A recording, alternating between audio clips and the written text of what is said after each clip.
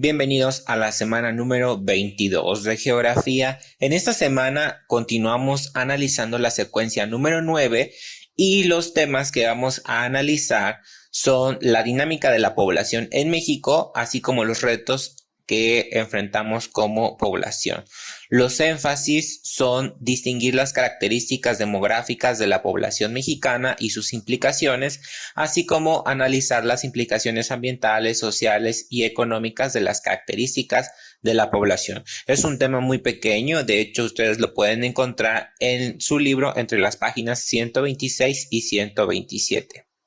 Bueno, para entender este tema necesitamos comprender el concepto de crecimiento poblacional. No una definición tal cual, sino a qué le llamamos crecimiento poblacional. Recuerda que el crecimiento poblacional se da cuando la natalidad es más alta que la mortalidad. Son conceptos que ya vimos la semana pasada. En tema migratorio, que es algo que vamos a ver la semana que sigue, deben llegar más personas, es decir, los inmigrantes, que los que se van, o sea, los emigrantes, para que se pueda considerar este crecimiento. Más adelante se los voy a explicar un poquito más a detalle. ¿Cómo es que crecemos como población? Bueno, hay varias formas para crecer. Tenemos una forma vertical, generalmente se da en países desarrollados o países donde no hay suficiente espacio para crecer hacia los lados. Generalmente en estos lugares pues construyen grandes edificios donde las personas tienden a habitar y desafortunadamente en algunos de estos casos son en espacios reducidos. El crecimiento horizontal es el que tenemos en México, en las ciudades de México, y este no es tan negativo. El problema viene cuando las grandes corporaciones dictan cuáles son los estándares para un terreno y las casas pues terminan siendo cajones prácticamente, aunque están de forma horizontal y técnicamente tienen cada quien, por ejemplo, un patio, pues estos patios terminan siendo una placa de concreto, no hay árboles alrededor, o sea, tiene ciertas desventajas también vivir en una forma horizontal.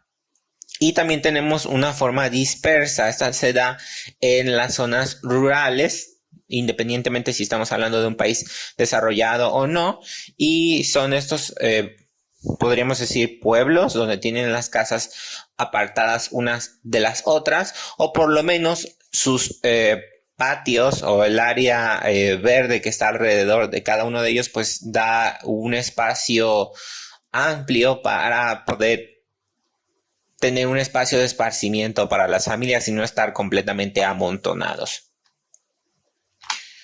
¿Hacia dónde crecemos?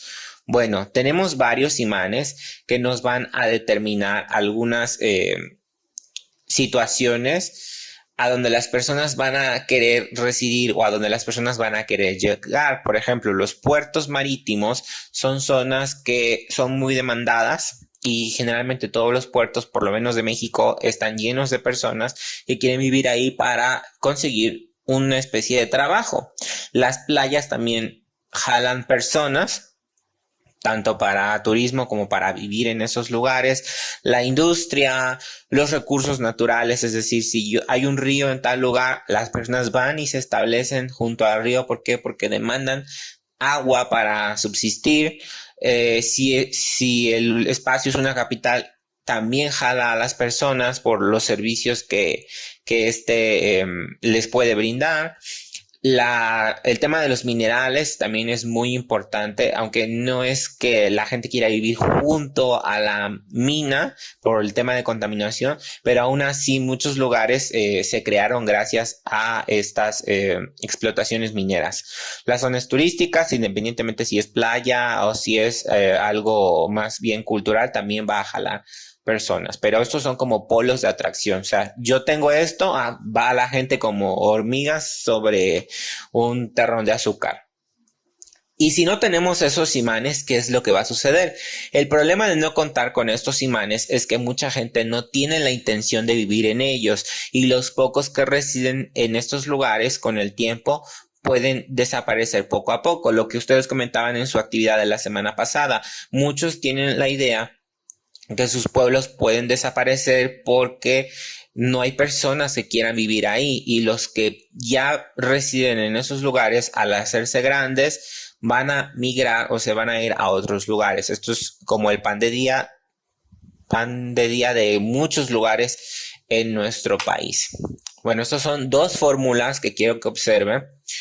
Son muy sencillas, pero nos explican muchas cosas. Si yo tengo mucha natalidad, es decir, si nacen muchas personas en un lugar específico y además tengo una mayor inmigración, es decir, mucha gente está llegando de otros lugares, mi crecimiento poblacional va a ser positivo, es decir, vamos a tener un crecimiento poblacional.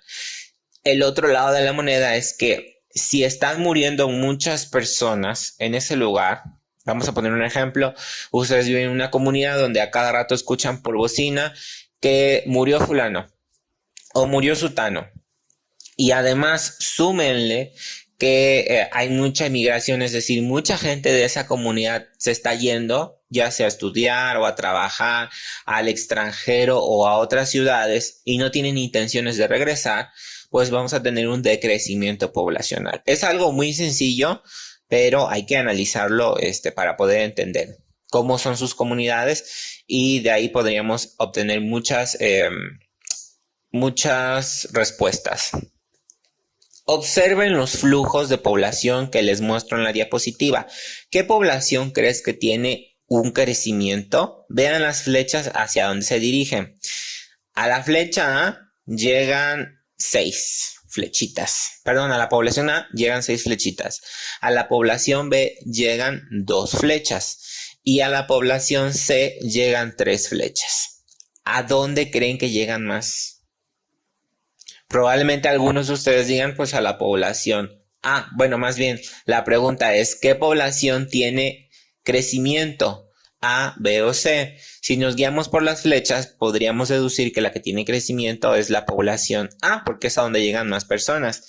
Pero la respuesta es que no lo sabemos, porque, como les dije diapositivas atrás, necesitaríamos conocer el factor de natalidad y mortalidad para poder determinar si crece o decrece. Aunque a la población A llega más gente, pudiera tener una mortalidad muy alta y baja natalidad comparado con la población B y C. O sea, es muy complejo si lo analizamos nada más así de lo que vemos superficialmente. Hay que analizarlo más profundamente. Aquí tenemos una fórmula problemática. Si tenemos un crecimiento poblacional, obviamente vamos a tener mayor demanda de servicios y recursos. Si un lugar está creciendo y creciendo y creciendo, va a necesitar muchos servicios y muchos recursos para subsistir. Llámese basura, llámese señal de teléfono, llámese, con basura me refiero a recolección de basura, llámese equipamiento urbano, etcétera, etcétera, etcétera. ¿Y qué va a traer como consecuencia todo esto? Problemas, ¿sí? Los vamos a ver un poquito más adelante. Demanda de recursos y de servicios.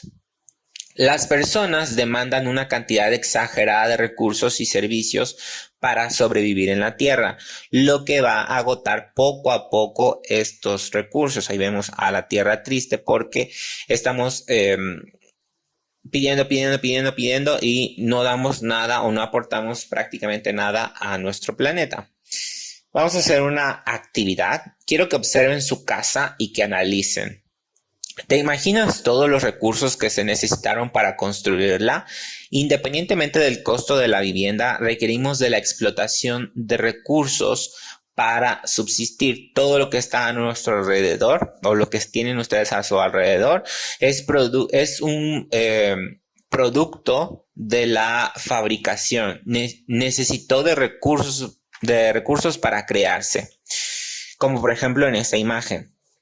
Quiero pensar que la mayoría de ustedes tienen una mesa en su casa, ya sea para estudiar, ya sea para comer, ya sea para poner algunas cosas encima de ella, tipo mueble de cocina, etcétera, etcétera, pero tienen una mesa que probablemente es de madera, como la mayoría.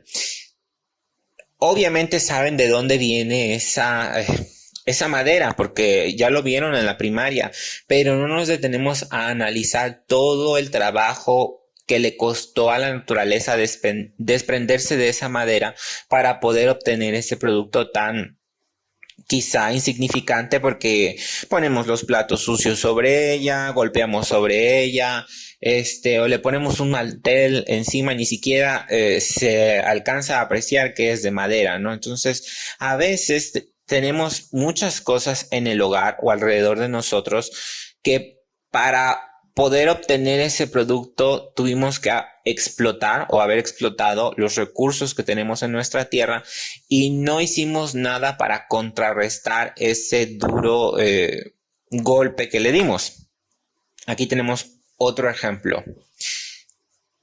Bueno, es el mismo ejemplo de la mesa, pero explicado de otra forma. A ver, cortar un árbol suena muy sencillo. Quizá en sus comunidades ustedes escuchan cuando un leñador o una persona va con su sierra y escuchan el sonido de la motosierra cortando el árbol.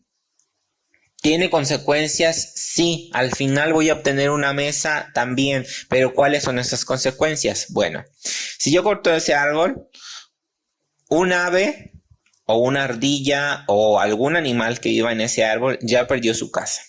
Perdió quizás a sus crías en la caída, perdió quizás sus huevos, no sé. Muchos animales viven en los árboles, aunque a veces no los podemos apreciar. Siguiente, tuvo que migrar y empezar desde cero. Es decir, si yo como ardilla veo que a una persona con dos piernas, recuerden que las ardillas pues nos ven raro a nosotros, ve que le tiran su casa, pues obviamente se va a sentir muy mal. Bueno, estoy suponiendo porque no podemos interpretar a las ardillas, pero va a tener que huir y empezar desde cero. Obviamente al empezar a cortar y cortar y cortar vamos a tener menos vegetación y va a haber mucho más calor. Si a ustedes les gusta el calor infernal que hacen sus comunidades de entre Misantla y Arroyondo, que me imagino que alguno o alguna de ustedes sí les gusta el calor, bueno, siéntanse tranquilos porque al deforestar pues estamos haciendo que se genere más calor. Pero si no les gusta el calor como a mí, obviamente mientras más vegetación corten, eso obviamente incluye árboles también, pues vamos a tener mucho más calor. Menos vegetación, vamos a obtener una menor absorción del suelo. Lo que hacen los árboles es que van a captar esa lluvia que puede llegar a caer en algunos meses y que puede ser muy abundante y va a evitar que se inunde la superficie, que provoque encharcamientos, que se meta el agua a las casas, etcétera, etcétera. Es decir, cae la lluvia y los mismos árboles, como necesitan tomar agua, sus raíces van a jalar toda esa excedente de agua y va a evitar que nosotros por lo menos no nos mojemos los pies porque el agua va a estar contenida en el subsuelo. Sin embargo, como no hay vegetación, pues vamos a tener inundaciones. También podemos tener enfermedades de la piel por la exposición directa al sol. Mientras menos árboles haya en nuestro camino, menos sombra vamos a tener y por ende podemos tener algún tipo de enfermedad en la piel. Aunque a veces no lo tomamos tan en serio, las enfermedades de la piel son muy graves. Hay gente que ha muerto por cáncer en la piel porque no somos una social que estemos acostumbrada a utilizar algún tipo de bloqueador solar y obviamente si yo no tengo árboles y no me protejo la piel pues puedo terminar muerto. ¿Todo para qué? Para obtener un producto como es la mesa. ¿Lo necesitamos? Sí, es algo necesario para hacer nuestras actividades, pero no nos detenemos a pensar todo lo que tuvo que haber pasado o todo lo que podría pasar para obtener ese producto. Ahora, ¿qué debo hacer? ¿Significa que debo dejar de comprar cosas de madera? No, no necesariamente. Significa que tenemos que ser conscientes y entender de dónde viene el producto en cuestión para entender todas las problemáticas que de él o de ella, es decir, del producto, puedan surgir. Ahora bien, ¿cuál es la otra cara de la moneda? Si yo dejo de comprar productos, por ejemplo, la mesa que viene de la madera, ¿qué puede ocurrir? Bueno, pasaría que en primera instancia dejaríamos sin trabajo a ebanistas, a carpinteros, a taladores, a personas que llevan los árboles al aserradero, los de la fábrica de lápices, etcétera, etcétera, etcétera. Entonces, hemos creado un sistema en donde si yo cambio el ritmo de vida, el ritmo al que estamos acostumbrados, puedo afectar a un tercero.